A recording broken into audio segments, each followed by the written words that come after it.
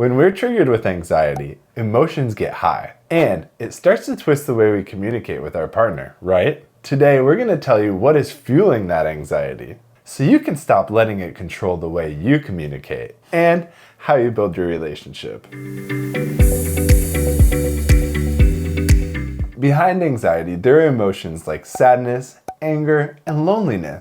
When we get flooded with those emotions, it kind of gets out of control. So, to understand the mechanism of why we feel this overwhelming amount of emotions, let's start with this question. Where do you think our emotions come from? Is it your partner's words or actions? Or is it the situation making us feel a certain way? Before I tell you the answer, I want you to listen to this case of a couple and imagine how you would feel in this situation.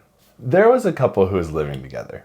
They both usually came home from work around 5 o'clock. Then they'd eat dinner and chill together. One day, the girlfriend got home before the boyfriend, so she started making dinner.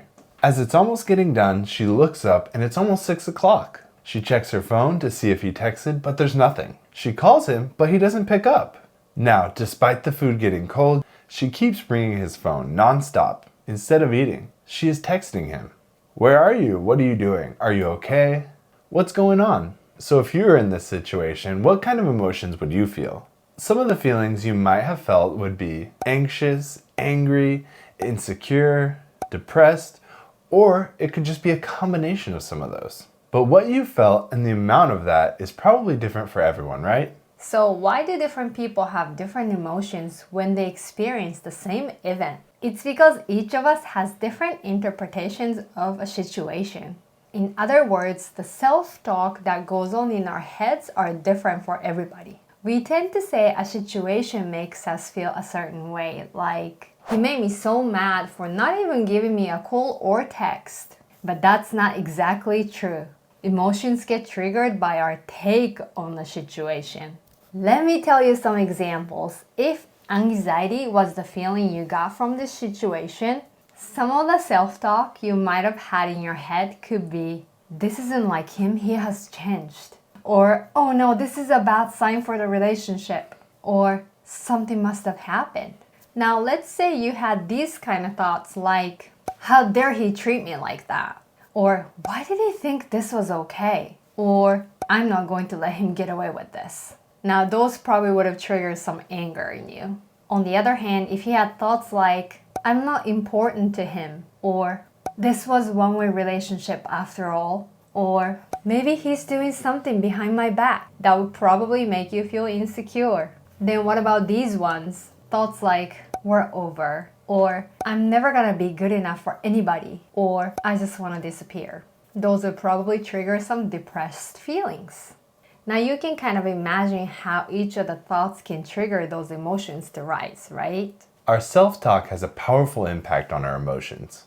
Interestingly, this self-talk often occurs automatically and unintentionally.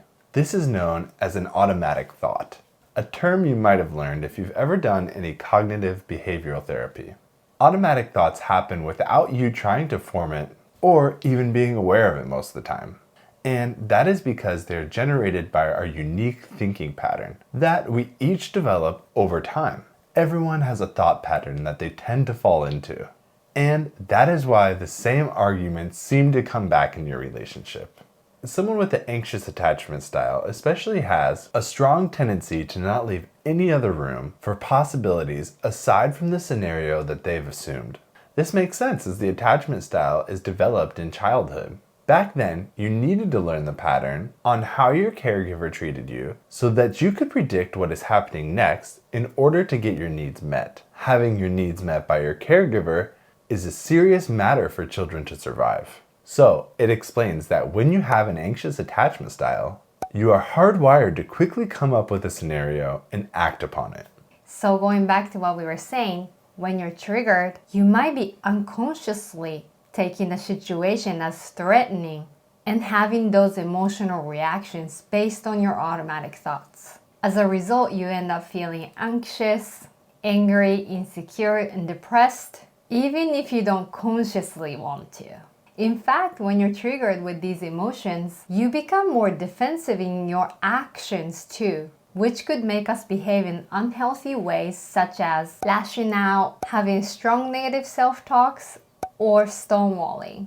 So automatic thoughts can not only create unintended emotions, but also unintended behavioral patterns. The way we communicate with our partners gets twisted often because of this, and that is what is creating more conflicts and arguments. Now you see, being able to regulate your anxious thoughts is very important to navigate your emotions and even actions if you want to build a healthy relationship, right? To explore a little bit more on how your thoughts can change your feelings and actions, let's go back to the example we mentioned earlier. When you were put in a situation, in fact, there were 100 different scenarios there could be and 100 different ways to think of it. For example, maybe he was dealing with a customer that was complaining nonstop. Or maybe he had to take a detour because of a car accident. What if it was a car that was right in front of his car that got smashed?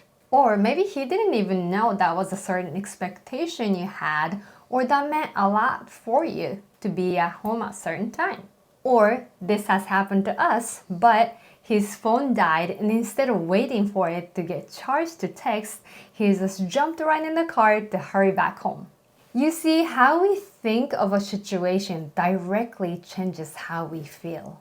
To break that strong cycle, we need to be proactive about it, and today we're going to tell you how. The best tool to self-regulate your anxious thoughts is the thought journal. This can help you identify and challenge unhelpful thought patterns, ultimately leading to a healthier, more fulfilling relationship.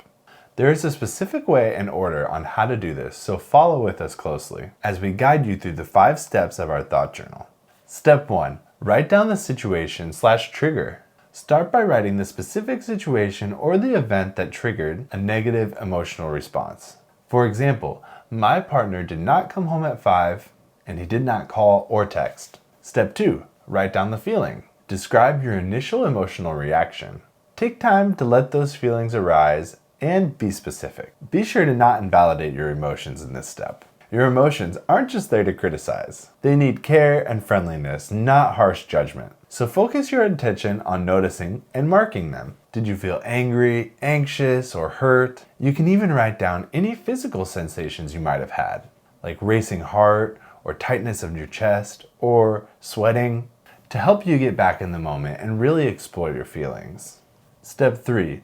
Write down unhelpful thoughts. Identify the automatic thoughts that popped into your head. Let yourself vent a little bit to best capture the full thought process you had about the situation. This will give you more material to work with when doing the rest of the work. Maybe it's, he never thinks about my feelings, I'm not important to him, or he's hiding something. Step 4. Write down facts supporting unhelpful thoughts and facts opposing unhelpful thoughts.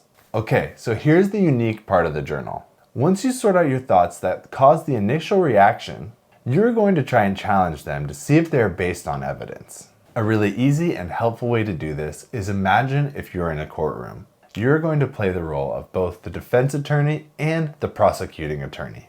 First, you're going to support the evidence that supports the truth of the automatic thoughts. So, if your automatic thoughts were, oh no, this could be a bad sign for the relationship, and the facts that back up this thought would be a lack of communication. Next, you're going to think of the facts that contradict your automatic thoughts, which could be, there could be an outside reason why he hasn't contacted me yet, and we don't know. Or, there are a lot of signs that the relationship is in a good place, aside from this event. Step 5. Alternative thoughts. After looking over both sides, next, start coming up with a more realistic and helpful thoughts. The focus of this journal is developing newer, more helpful, and possibly more accurate way of thinking. The goal of this part is not to think positive thoughts or replace negative thoughts with positive ones. It's more to overcome the biases and think more accurately. For instance, you would not want to change "this relationship is awful" to "this relationship is great."